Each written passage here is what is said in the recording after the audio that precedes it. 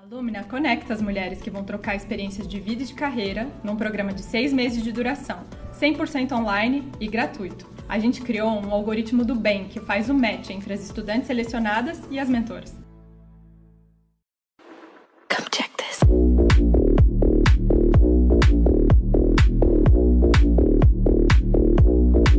Come check this.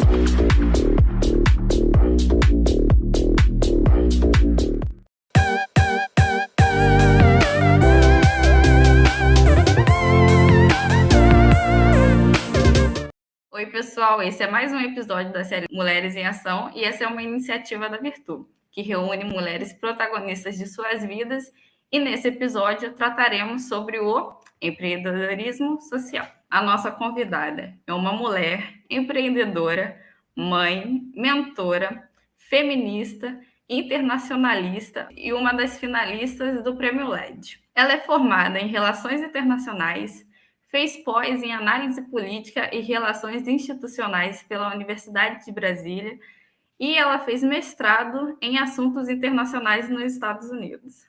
Ela é CEO e a cofundadora do Projeto Alumna, que busca o desenvolvimento de universitárias de todo o país através da realização de mentorias gratuitas que visam a melhoria das habilidades de cada uma de suas participantes. E o nome dela é Larissa Ushizima. Gabi, pessoal, tudo bem? Estou super feliz de estar aqui com vocês hoje no Mulheres em Ação. Parabéns para o time da Virtu por tocar esse projeto. Muito obrigada por ter aceitado participar, Larissa, e a gente está muito feliz de ter você. Após essa pequena introdução que eu fiz sobre você, a gente quer saber, quem é a Larissa? Olha, Gabi, eu acho que você já falou muito, né? Eu sou mãe, sou empreendedora, mas eu acho que é algo muito legal, principalmente para comentar falando de empreendedorismo, é que eu nunca me imaginei empreendedora. Eu sou servidora pública de carreira e eu atuava já no Ministério do Turismo, coordenava uma área na área de atração de investimentos, e a Alumina surgiu como um projeto do coração. Na verdade, como um projeto comunitário que Renata e eu, que somos as cofundadoras, criamos, inclusive pensando como uma forma de conectar as nossas experiências de carreira, todas as experiências que a gente galgou nesses mais de 10 anos de vivência profissional e entendendo como uma forma de compartilhar essas vivências com alunas de graduação. Voltando para a Universidade de Brasília, onde eu e Renata estudamos, e você comentou bem, a gente fez relações internacionais, a gente foi conversar com as alunas para entender quais são esses desafios de empregabilidade. E a gente se surpreendeu muito com as respostas das alunas. Um dos primeiros pontos que elas comentaram com a gente, e a Universidade de Brasília é uma das primeiras a adotar a política de cotas, é que a gente tem uma universidade muito mais diversa hoje, mas não necessariamente uma universidade mais inclusiva. E o que a gente quer dizer por isso? As alunas comentam que tinham dificuldade muitas vezes, principalmente os alunos cotistas, as pessoas que são primeira geração da universidade, de formar redes com os alunos, né? De participar das atividades de extensão, muitas vezes, de ficar ali no campus depois das aulas, muitas vezes porque essas alunas moram longe do campus, né? Precisam pegar ônibus durante 2, 3 horas para voltar para suas casas. Esses foram alguns dos desafios relacionados à inclusão e também à inserção no mercado de trabalho. A partir dessas conversas e dessa análise, a gente inclusive conduziu uma pesquisa com as alunas naquele momento, a gente entendeu que fazia muito sentido fundar um programa de mentoria que servisse justamente para conectar mulheres como nós, que temos 10, 15, 20 anos de experiência de carreira, com alunas de graduação, olhando para esse perfil de grupos minorizados. E o que eu quero dizer com isso? Mulheres que são primeira geração na universidade, mulheres que são pretas ou pardas, e mulheres que a gente estabelece critérios e se entendem como mulheres periféricas. Então, a Alumina já, nesse primeiro momento, que a gente considera um MVP, né? Falando aí do jargão de empreendedorismo, o mínimo produto viável, num primeiro momento, a gente rodou uma turma só na Universidade de Brasília, foi o momento de testar a metodologia, pensar em formas para escalar, inclusive, o programa, e a partir da segunda turma da Alumina, a gente já alcança âmbito nacional. Então, hoje a gente tem alunas que participam do país todo, vocês na Federal Fluminense, alunas no Rio Grande do Norte, alunas no Espírito Santo, enfim, de todas as 5 regiões, e contamos com mentoras que participam do Brasil e, inclusive, em outras partes do mundo. Então, essa é um pouquinho da Larissa na fila do pão, da minha trajetória, e o empreendedorismo nasce realmente a partir desse projeto do coração e do crescimento da Alumina ao longo desse último ano e meio. Não, é um lindo projeto. Eu não sei se você sabe, mas eu estou na terceira turma também. Eu tenho uma pergunta especial sobre ela, que a gente vai chegar nela. Eu aprendi muito com esses 6 meses de mentoria e é uma trajetória maravilhosa, tá? Então você está de parabéns. A segunda pergunta, a gente sabe que o projeto inicial, o nome era diferente, era Alma Mater. Então, o que estimulou a troca pelo Alumina? Existe algum significado por trás disso? É uma ótima pergunta e é uma resposta muito prática, que eu acho que é, inclusive, super importante para compartilhar com vocês que estão ouvindo a gente hoje, que já pensaram em empreender e tem a ver com propriedade intelectual.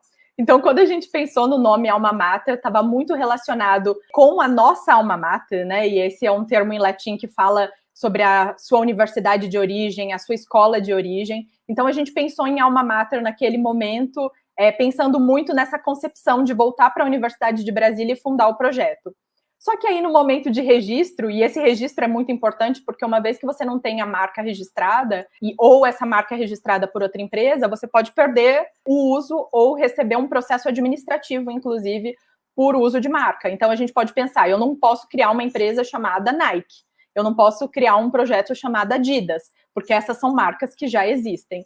Então, foi muito prática, na verdade, a necessidade de mudança do nome. A gente, fazendo uma pesquisa, viu que já havia uma consultoria na área de educação que se chamava Alma Mater. Então, foi uma primeira necessidade prática. A gente não podia continuar usando esse nome por questões de propriedade intelectual. E aí, renomear um projeto também é uma coisa super complicada, né?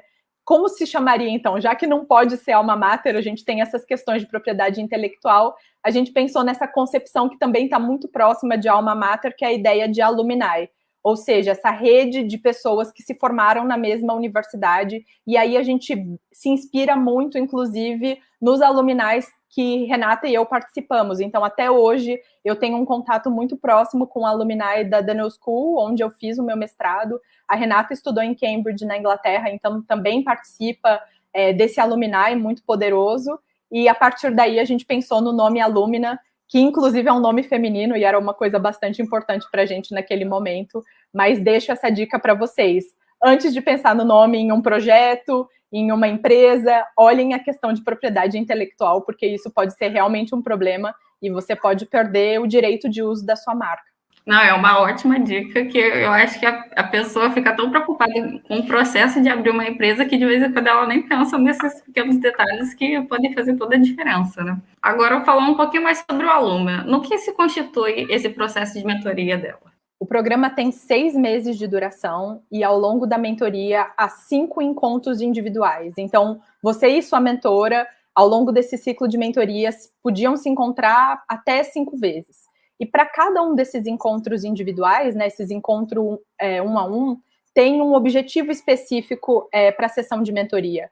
E a gente entende que é importante ter esse objetivo para que não seja simplesmente um bate-papo não estruturado, né? Não é uma conversa. A mentoria tem que ter um propósito e algo que a gente ouviu muito das nossas mentoras também.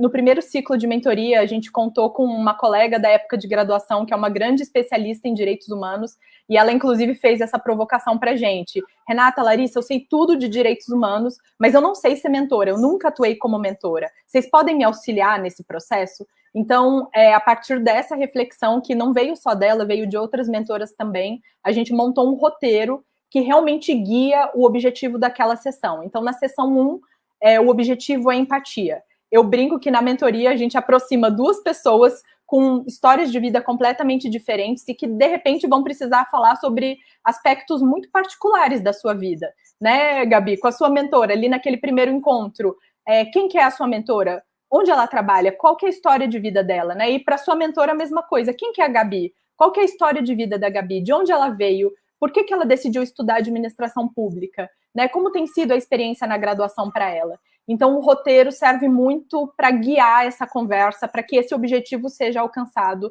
ao final de cada sessão de mentoria.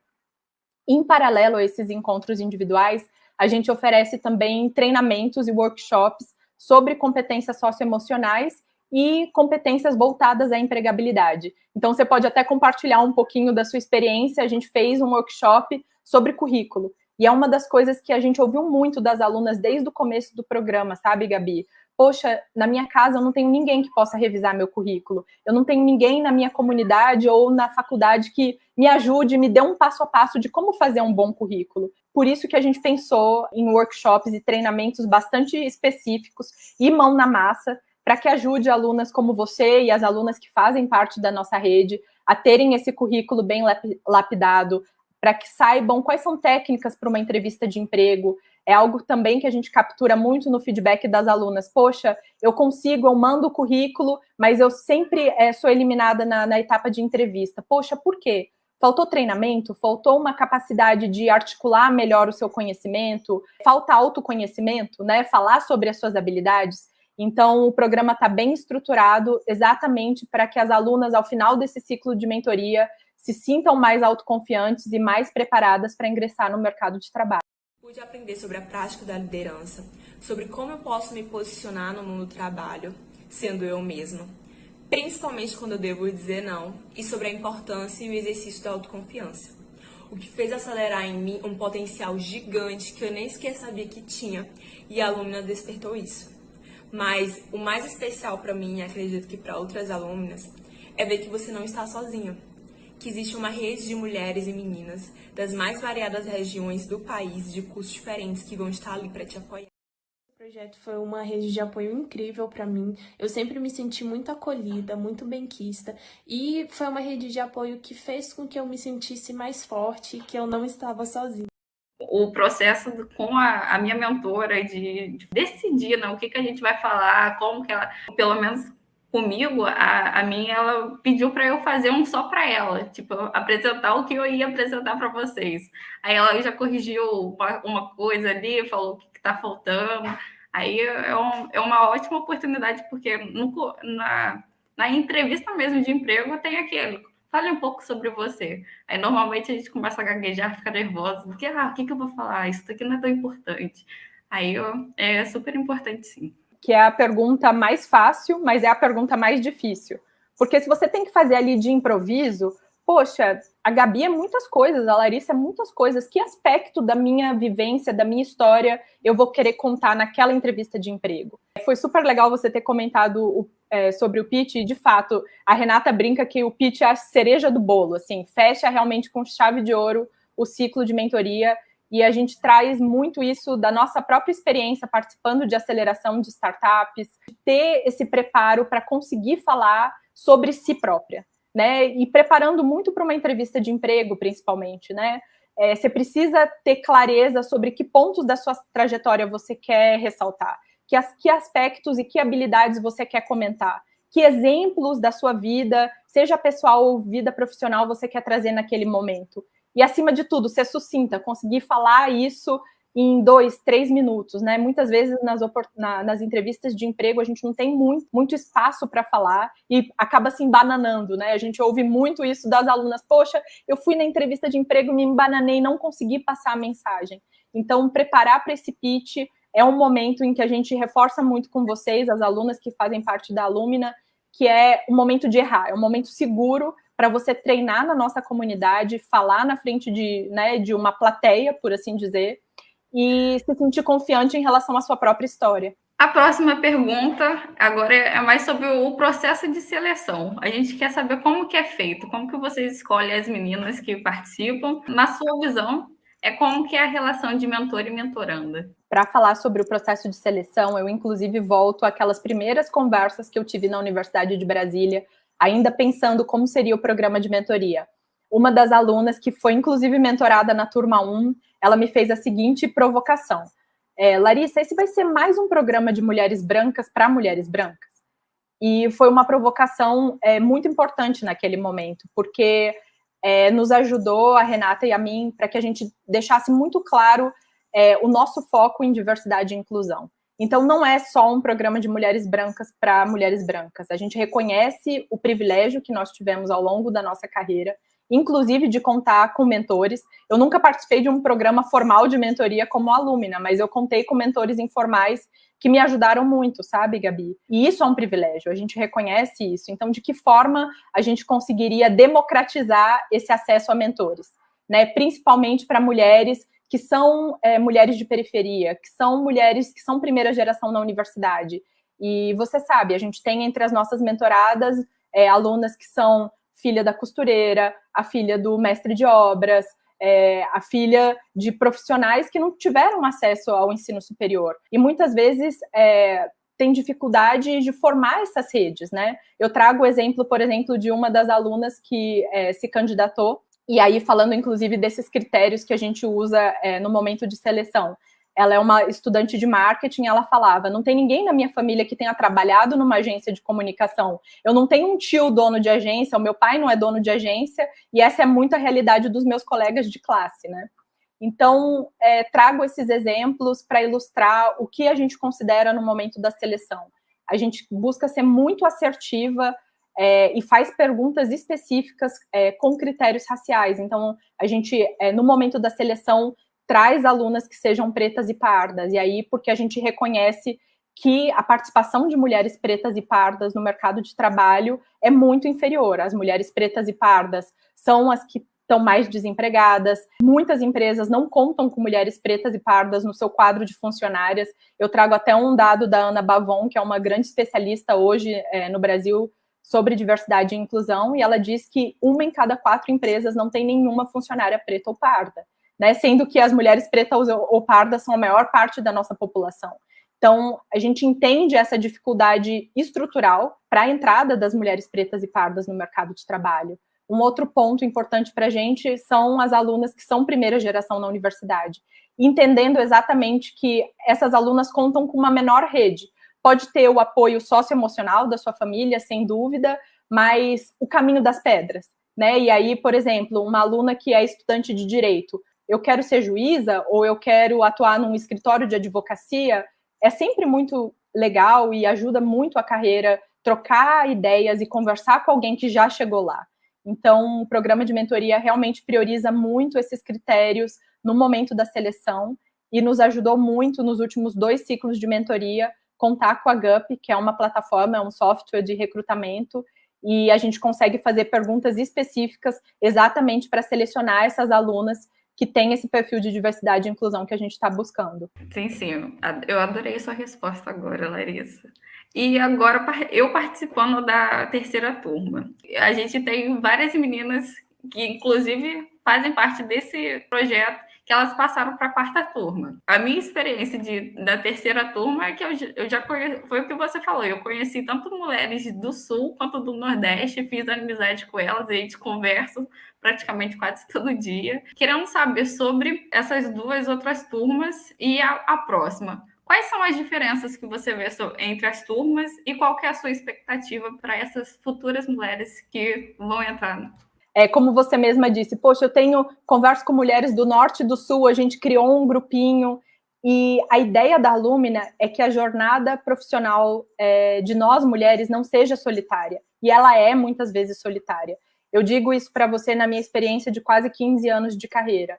Muitas vezes eu era a única mulher da sala. Eu já tive numa reunião com o ministro do turismo, um governador do estado do Rio de Janeiro à época, havia 2 mulheres na sala, eu era uma delas e grávida com barrigão. Falta mulheres em posição de liderança, falta mulheres que sejam um exemplo e alavanquem as nossas carreiras.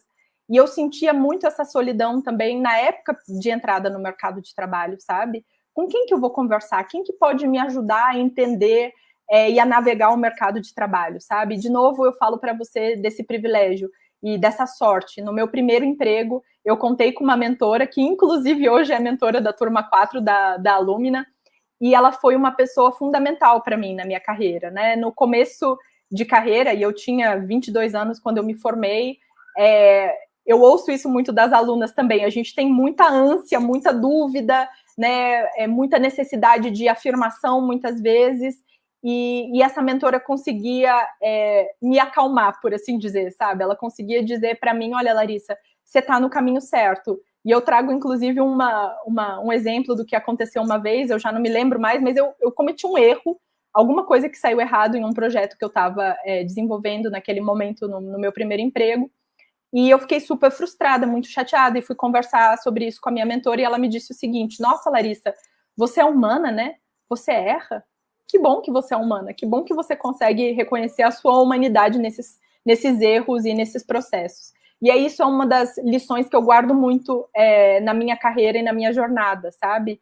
A importância de aprender com esses mentores, né, e essas mentoras, principalmente mentoras mulheres, e participar dessas redes, não se sentir sozinha nesses momentos de carreira. E eu te trago, inclusive, um pouco da minha experiência pessoal no empreendedorismo. Empreendedorismo é uma jornada muito solitária, né?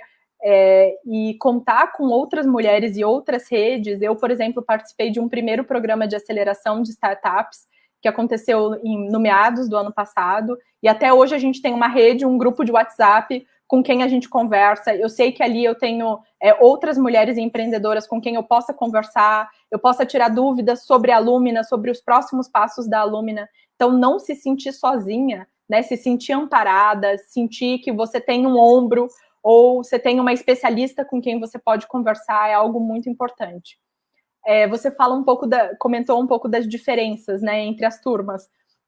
Eu acho que a principal diferença, e é o desafio para a Lumina hoje, é realmente o desafio do crescimento. Então, na primeira turma, eram 13 alunas, e eu tinha um contato muito próximo com essas 13 alunas, né?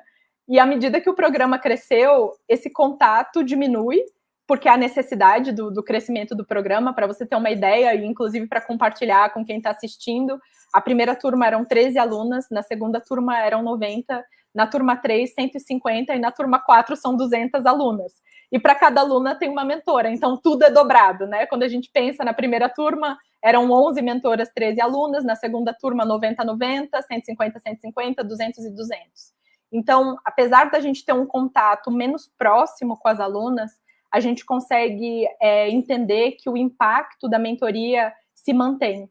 Então, tem feedback muito positivo das alunas e das mentoras que participam do ciclo. A gente tem um engajamento muito alto das alunas, né? Hoje a gente tem uma taxa de desistência que está entre 5% e 10%, o que para a gente, num programa que é 100% gratuito e online, é muito, muito elevada, né? Pensa só em quantos cursos você já se matriculou e acabou não indo até o final, né? E a gente vê realmente na Lumina esse engajamento das alunas, esse interesse das alunas em finalizar o ciclo, porque realmente entende quão precioso é ter esse momento com aquela mentora, né?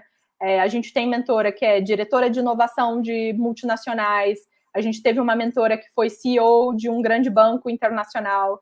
Então, é uma hora muito preciosa dessa mentora que ela está se dedicando exatamente a você. Então, é a mentora olhando as dificuldades da Gabi, né? A mentora Larissa conversando com a Maria sobre os desafios de carreira que ela tem, sobre as dúvidas, sobre os medos que ela está enfrentando agora. Então, a gente entende que isso é muito precioso no que a Lumina oferece hoje. É exatamente essa conexão e aproximar as alunas com as mentoras, utilizando uma metodologia focada, com objetivos específicos para cada uma das sessões. Agora, indo para a próxima pergunta, eu já sei que vocês valorizam muito a diversidade, e colocando alguns números, eu sei que a Lumina ela já foi ou é composta por 60% de mulheres, estando na primeira vez na universidade, 65% cursaram o ensino médio em escola pública e 55% são pretas ou pardas.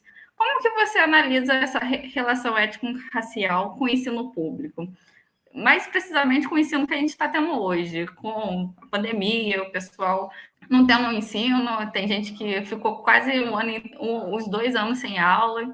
Esse é um ponto super importante, Gabi, entendendo que a pandemia realmente ruiu esse sistema de educação, e no Brasil foi muito falho e demorado a resposta, principalmente do ensino público, para ir para o online de uma forma assertiva, e a gente sabe que, né, cada escola adotou uma metodologia, cada município adotou uma metodologia, e sem dúvida isso vai impactar esses alunos que daqui 4, 5, 10 anos vão entrar na universidade. Você trouxe esses marcadores de diversidade e inclusão que a gente usa no processo da Lumina, que é um racial, é olhar estudantes que são primeira geração na universidade ou estudantes que vieram de escola pública, exatamente como marcadores para entender redes. Então, a gente entende que as universitárias que vêm desse grupo socioeconômico, que vêm desses recortes que a Lumina olha, são grupos que têm menos acesso a redes, né? Então, qual é a probabilidade de uma aluna do direito, que é a primeira geração da universidade, ter um acesso a uma juíza, né? Sendo que o sonho dela é ser juíza.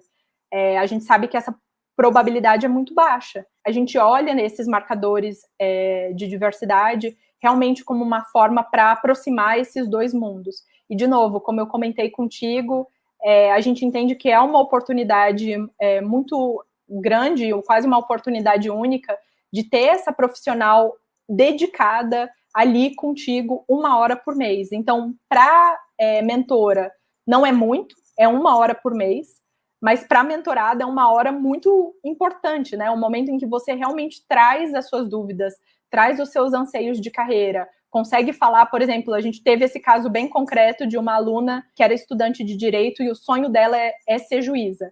E ela teve um match com uma juíza concursada. Então, ela podia ali conversar sobre como foi esse processo, como é estudar para um concurso tão concorrido, né? Como que ela fez e como foi esse processo para ela, né? E entendendo que, de novo, são poucas as oportunidades que a gente tem na vida de um processo tão próximo de troca a partir das nossas questões individuais.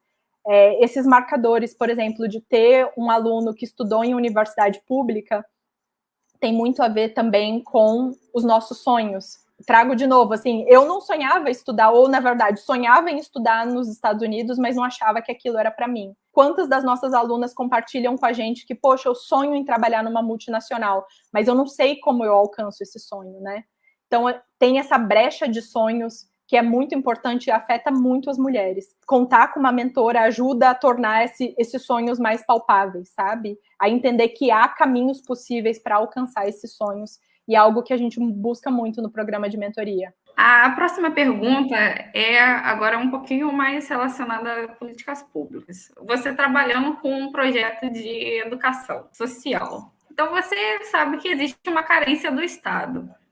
Então, o que você acha que a administração pública, o Estado, poderia fazer para diminuir essa carência? Olha, Gabi, eu acho que um ponto importante em relação à política pública é entender uma educação voltada à empregabilidade. As universidades hoje não têm, por exemplo, um centro de carreiras, que é algo que, né, na minha universidade, onde eu fiz o meu mestrado nos Estados Unidos, desde o primeiro dia do mestrado, você tem acesso a um centro de carreiras, onde você pode falar sobre currículo, você pode tirar dúvidas, tem um banco de vagas, conectado com empresas e a universidade. Então, tem toda uma estrutura da universidade exatamente para fazer essa ponte entre o conhecimento teórico e a vida profissional. Muitas universidades estão defasadas em relação a isso, ou mesmo os professores veem isso como uma coisa menor, né? Eu sou o acadêmico, eu sei tudo sobre a teoria da ciência política ou a teoria da administração pública, mas a prática é para depois, é para quando você se formar. Isso é muito crítico, por exemplo, e aqui trazendo um exemplo muito concreto, para os profissionais de tecnologia no Brasil hoje. Quantas empresas têm demandado competências muito mais mão na massa de programação, de desenvolvedores, e esses alunos que saem hoje da universidade não têm essas competências, ou têm falhas em relação a essas competências. Então, eu acho que esse é um dos aspectos de política pública e política de educação, principalmente de nível superior, em que há uma falha. E eu trago isso da minha experiência 15 anos atrás, quando eu estive na Universidade de Brasília. Né? Ninguém fala sobre empregabilidade. Empregabilidade é uma coisa que a gente conversa na extensão, conversa entre os alunos, conversa com colegas de faculdade que já tinham se formado, mas empregabilidade é algo fundamental. As universidades particulares, até pelos recursos, já entenderam que esse é um ponto que elas têm que focar muito. Né? Grandes universidades como a Fundação Getúlio Vargas têm um centro de carreiras, tem programas específicos para empregabilidade, mas infelizmente essa não é a realidade da maior parte das universidades públicas. Não, eu concordo totalmente com o que você falou. E, assim, a gente, querendo ou não, com o estágio, a gente tem um pouquinho mais da convivência de saber como que é um mercado mesmo de trabalho. Mas, querendo ou não, é um choque normalmente quando você começa o estágio, que, como eu devo me portar, como que eu devo me relacionar com as pessoas. Então, na faculdade, eu acho que seria maravilhoso isso. Na minha mesmo não tem, então eu acho que faria muita diferença. Perguntando um pouquinho mais sobre o processo de empreendedorismo mesmo. Quais foram os maiores desafios em fundar uma empresa e uma empresa focada em educação e educação para mulheres ainda? Você sofreu também algum preconceito? De novo, falando sobre espaços de privilégio, assim, a primeira aceleração que a Lumina passou, e esse foi realmente um momento de virada de chave para mim, em que eu decidi empreender, eu tirei uma licença do meu trabalho, foi uma aceleração só voltada a mulheres. Então, assim, eu tive a oportunidade de só conviver com mulheres empreendedoras, mulheres que desenvolviam negócios de impacto. Então, foi já um ambiente muito seguro, né? Eu sei de casos de muitas mulheres que, né, sofrem assédio, têm os seus negócios diminuídos pelo simples fato de serem mulheres, e essa é muita realidade do ecossistema de inovação, que é um ecossistema muito marcado por homens jovens e homens brancos do Sudeste. Então, assim, já ser uma mulher, apesar de ter nascido em São Paulo, né, eu estou localizada aqui no Centro-Oeste, estou fora desse eixo, inclusive dos principais eixos em que os investidores estão, em que as redes de contato do ecossistema de inovação estão dadas. Isso já é uma dificuldade adicional. Ter participado do Future Females, que foi uma aceleração só formada por mulheres, de novo, foi uma tremenda oportunidade para mim, um privilégio realmente por ter esse ambiente seguro formado por mulheres. Ao longo desse último ano, empreender, principalmente com um negócio de impacto social, sou muito franca com vocês e com todo mundo que está ouvindo aqui, não é fácil. Construir um modelo de monetização que sustente o negócio é um desafio até hoje para a Lumina, né? Porque é importante deixar bem claro, o programa de mentoria é gratuito.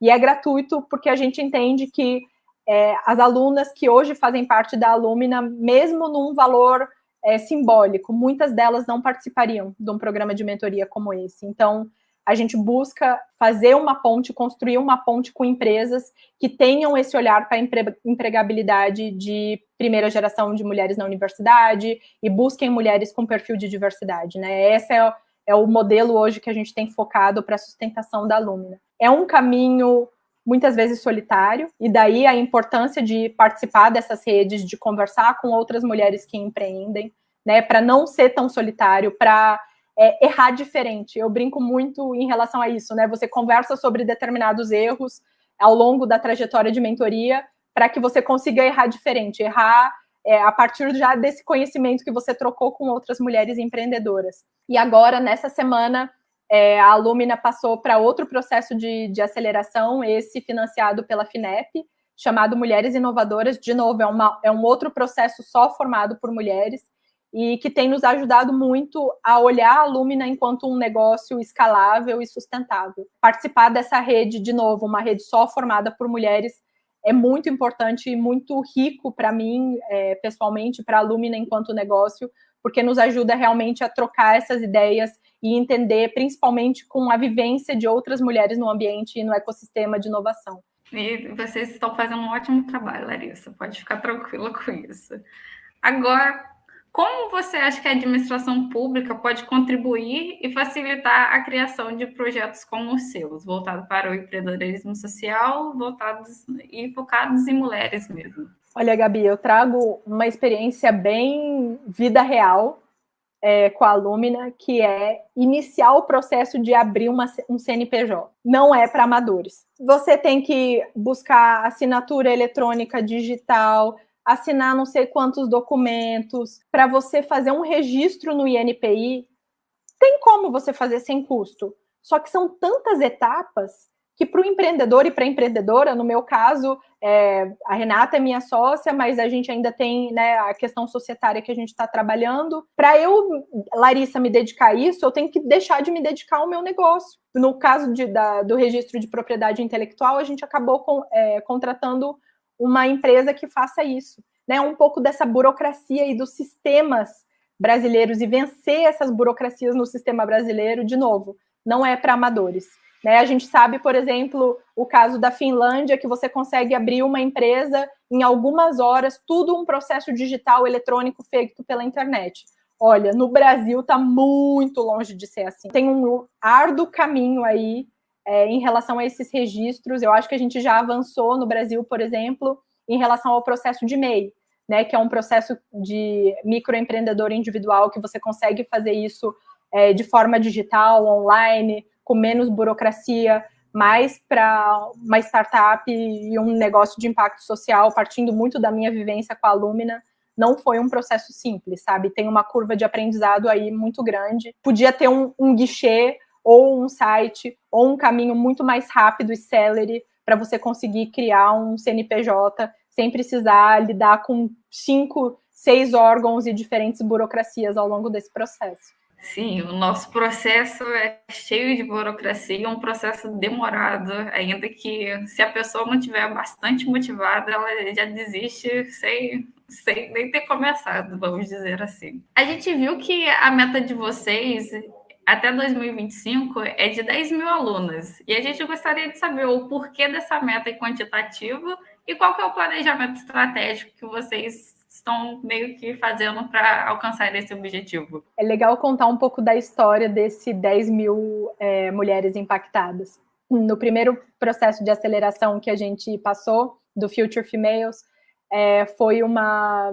escola de formação de negócios e de negócios escaláveis, financiado pelo governo do Reino Unido. Então, é uma metodologia, na verdade, sul-africana, desenvolvida por empreendedoras sul-africanas e com o apoio do governo do Reino Unido. Elas têm replicado essa metodologia e trazido essa metodologia para o Brasil e outros países parceiros onde têm desenvolvido esses projetos. Em um dos módulos, elas falavam sobre BHAG, que é uma sigla em inglês para qual é o seu objetivo grande e audacioso, né? Essa seria uma tradução para o BHAG. E nesse momento elas falavam, olha, quando você vai pensar num objetivo audacioso, não pense em algo que você conseguiria alcançar em 2 anos. Pense em algo que realmente seja audacioso e um pouco além da sua capacidade hoje, para que aquilo seja uma meta a ser alcançada, sabe? Então, naquele momento, e nessa reflexão sobre o objetivo audacioso, eu pensava, poxa, até 2025... com a tecnologia e com o algoritmo, e daqui a pouco eu já falo para vocês sobre o algoritmo, eu acho que a gente consegue impactar 2 mil mulheres. Mas aí tem que ser bem audacioso. Então, vamos pensar em 10 mil mulheres? Né? Eu acho que é um número grande e audacioso o suficiente para a gente alcançar. Então, assim, tudo isso para dizer que é quase um número mágico, assim, vem muito dessa primeira reflexão feita o ano passado sobre o que a gente gostaria de alcançar e impactar.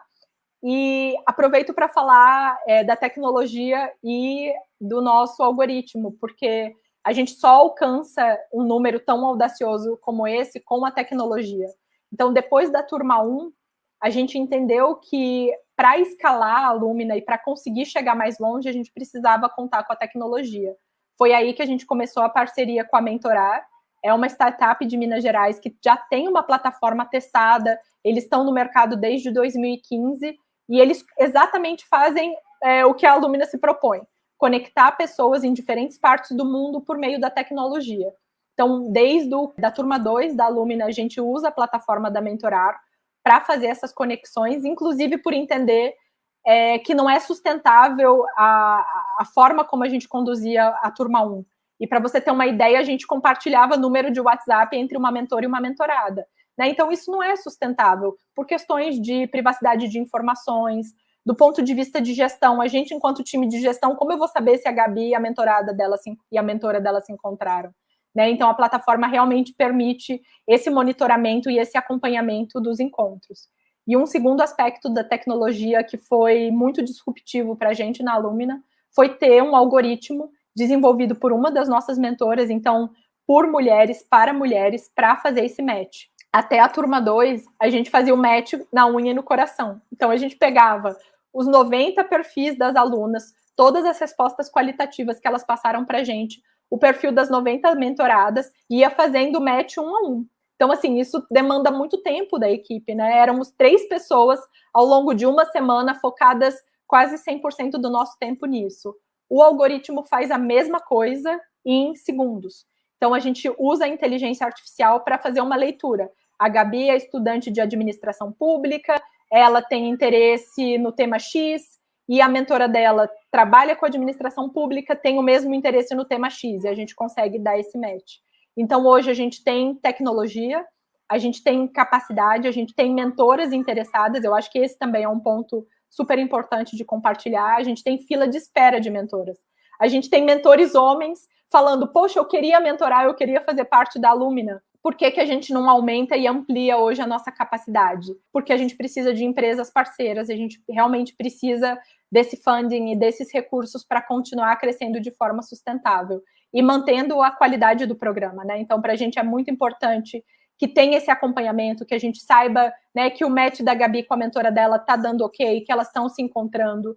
E para isso a gente precisa de time e realmente precisa desses recursos para crescer de forma sustentável. Então, no nosso planejamento estratégico, e aí respondendo bem diretamente a sua pergunta, está realmente essa parceria no B2B e a importância de construir e desenvolver essas parcerias com empresas que estejam alinhadas ao nosso propósito e entendam a importância de inserção dessas mulheres no mercado de trabalho. E após alcançar essas 10 mil alunas, vocês pretendem lançar algum outro projeto, saindo meio que do ramo, continuando nesse ramo?